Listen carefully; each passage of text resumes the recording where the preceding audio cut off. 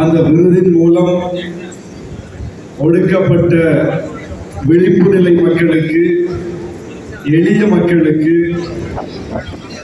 சிறுபான்மை மக்களுக்கு, இஸ்லாமிய மக்களுக்கு மிகப்பெரிய பெருமையை பெற்று தந்திருக்கிறார் நம்முடைய பேராசிரியர் அவர்களுக்கு பாராட்டு விழா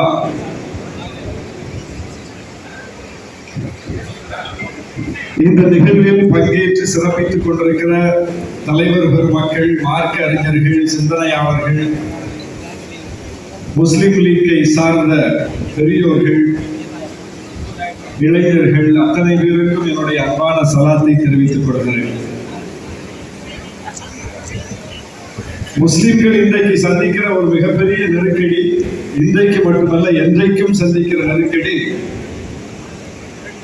முஸ்லிம்களை பொதுமக்களிடமிருந்து அந்நியப்படுத்துவதற்கு, மைய நீரோட்டத்திலிருந்து நம்மை விலக்குவதற்கு மிகப்பெரிய சதி செய்யப்படுகிறது. முஸ்லிம்களின் எதிரிகள் அவர்களுடைய சிந்தனை, செயல், போராட்டம் அத்தனையுமே முஸ்லிம்களை பொதுவில் இருந்து விலக்குவதுதான். ஒரு இந்து, ஒரு கிறிஸ்தவர் சக முஸ்லிமை பற்றி ஒரு நல்லெண்ணம் வைத்துவிடக் கூடாது. பொதுமக்களிடமிருந்து முஸ்லிம்களை பிரிப்பது என்பதுதான் எதிரிகளுடைய அல்டிமேட் இலக்கு. 100 ஆண்டுகளாக இருந்த RSS இயக்கத்திற்கு 1925 தொடங்கப்பட்ட இயக்கம் 2025 ஆகிறது. 100 ஆண்டுகள். இந்த 100 ஆண்டு காலமும் அந்த இயக்கம் செய்கிற இடையறாத பணி முஸ்லிம் வெறுப்பை விதைப்பது. யாரிடம் விதைக்கிறார்கள்? முஸ்லிம்களிடம் போயல்ல. இந்த நாட்டில் இருக்கக்கூடிய 150 கோடி மக்களில் 30 கோடிக்கும் அதிகமான முஸ்லிம்களை பற்றி வெறுப்பை விதைப்பது முஸ்லிம்களிடம் அல்ல. முஸ்லிம்களை பற்றிய வெறுப்பை விதைப்பது முஸ்லிம் அல்லாத மக்களிடம். அதற்காக 100 ஆண்டுகளுக்கு மேல் ஒரு அமைப்பு தீவிரமாக இயங்கிக் கொண்டிருக்கிறது. அவர்களுக்கு ஒரு அரசியல் கட்சி மிக தீவிரமாக செயல்பட்டுக் கொண்டிருக்கிறது. வெறும் அமைப்பு, கட்சி என்பதையும் தாண்டி ஒவ்வொரு அதிகார மட்டத்திலும் ஊடுருவி போய் அவர்கள் இந்த வேலையை செய்கிறார். ஒரு கலெக்டர் ஆபீஸ் போனாலும் அங்கே முஸ்லிம் வெறுப்பு இருக்கு. ஒரு காவல் நிலையத்திற்கு போனாலும் அங்கே முஸ்லிம் வெறுப்பு இருக்கு. ஒரு கிராம நிர்வாக அலுவலகத்திற்கு போனாலும் அங்கே முஸ்லிம் வெறுப்பு இருக்கு. ஒரு ரயில் நிலையத்திற்கு போனால் முஸ்லிம் வெறுப்பு இருக்கு. ஒரு விமான நிலையத்திற்கு போனால் முஸ்லிம் வெறுப்பு இருக்கு. ஊடகத்திற்கு போனால் முஸ்லிம் வெறுப்பு இருக்கு. எங்கு போனாலும் முஸ்லிம் வெறுப்பை பற்ற வைப்பதும், முஸ்லிம் வெறுப்பை பொதுமக்களிடம் ஊட்டுவதும் ஒரு இயக்கத்தினுடைய நீண்ட நெடுங்காலத்து செயல்பாடாக இருக்கிறது. அப்படி இருக்கையில் முஸ்லிம்களுக்கு பற்றிய நல்லெண்ணத்தை முஸ்லிம் அல்லாத மக்களிடம் விதைப்பது மிகப்பெரிய பணி. RSS செய்கிற பணியை விட மிகப்பெரிய சவாலான பணி எது என்றால், முஸ்லிம்களை பற்றிய நல்லெண்ணத்தை முஸ்லிம் அல்லாதவர்களிடம் விதைப்பது. அதை யார் செய்வது? அது எவ்வளவு பெரிய பணி! முஸ்லிம்களை பற்றிய, இஸ்லாமிய கோட்பாடுகளை பற்றிய நல்ல மதிப்பீடுகளை முஸ்லிம் அல்லாத ஒரு பெரும் மக்களிடம், 125 கோடிக்கு மேல் இந்தியாவில் முஸ்லிம் அல்லாத மக்கள், அந்த மக்களிடம் முஸ்லிம்களை பற்றிய நல்லெண்ணத்தை விதைக்கிற பெரும் பணியை, மைய நீரோட்டத்தோடு முஸ்லிம்களை இணைக்கிற பணியை, முஸ்லிம்களை பொதுவில் இருந்து விலக்கி வைக்காமல் பொதுவில் கலக்க வைக்கிற பணியை செய்தவர், செய்து கொண்டிருப்பவர் தான் பேராசிரியர் KMK. இந்த விருது எதுக்குன்னா, இந்த விருதை அறிவித்த போது மாண்புமிகு முதலமைச்சர் சொல்லிய அந்த வாக்கியங்கள் கவனிக்கத்தக்கவை. சமய நல்லிணக்கத்திற்கு, சமூகங்களுக்கு இடையிலான ஒற்றுமைக்கு மிகப்பெரிய பங்கை ஆற்றி இருக்கிறார் பேராசிரியர். இதுதான் முக்கியமானது.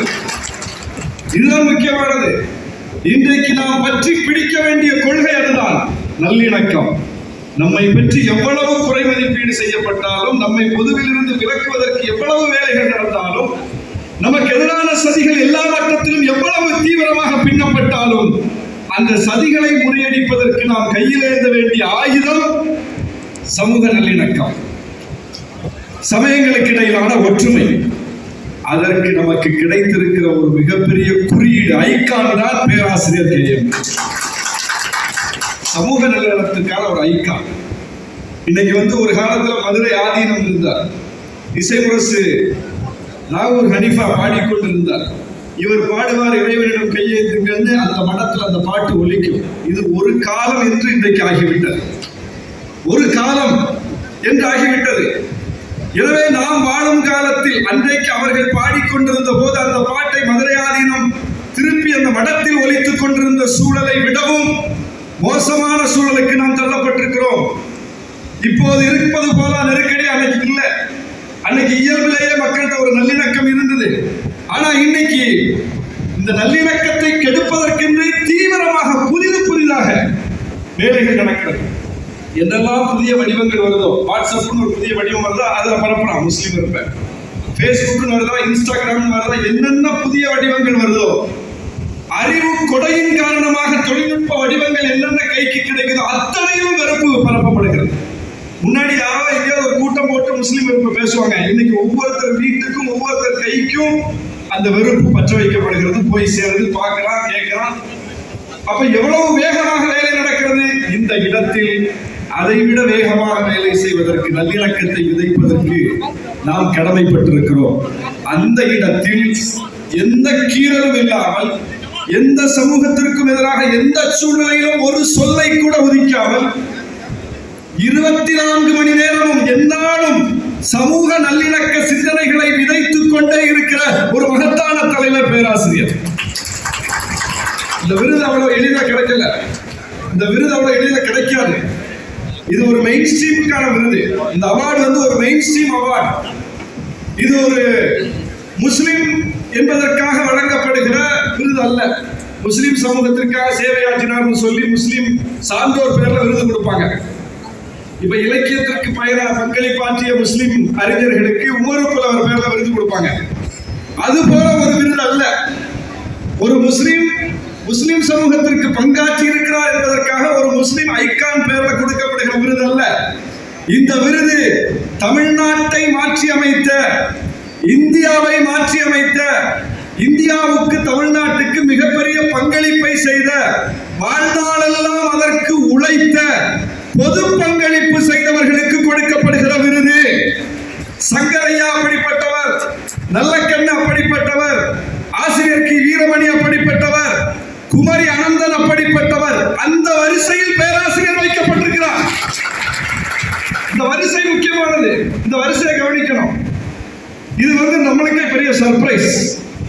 முதலமைச்சர் கொடுத்திருப்பது மிகப்பெரிய சர்ப்ரைஸ். அந்த அறிவிப்பு வந்தவுடன் உண்மையிலேயே சிலிர்த்து போய்விட்டது. ஏனென்றால் இந்த இடம்தான் முக்கியமான இடம்.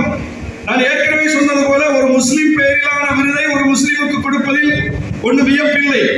ஆனால் சங்கரையா பெற்ற விருதை, நல்லக்கண் அவர்கள் பெற்ற விருதை, ஆசிரியர் வீரமணி அவர்கள் பெற்ற விருதை, குமரி அனந்தன் அவர்கள் பெற்ற விருதை பேராசிரியர் பெறுகிறார் என்பதுதான் முக்கியமானது.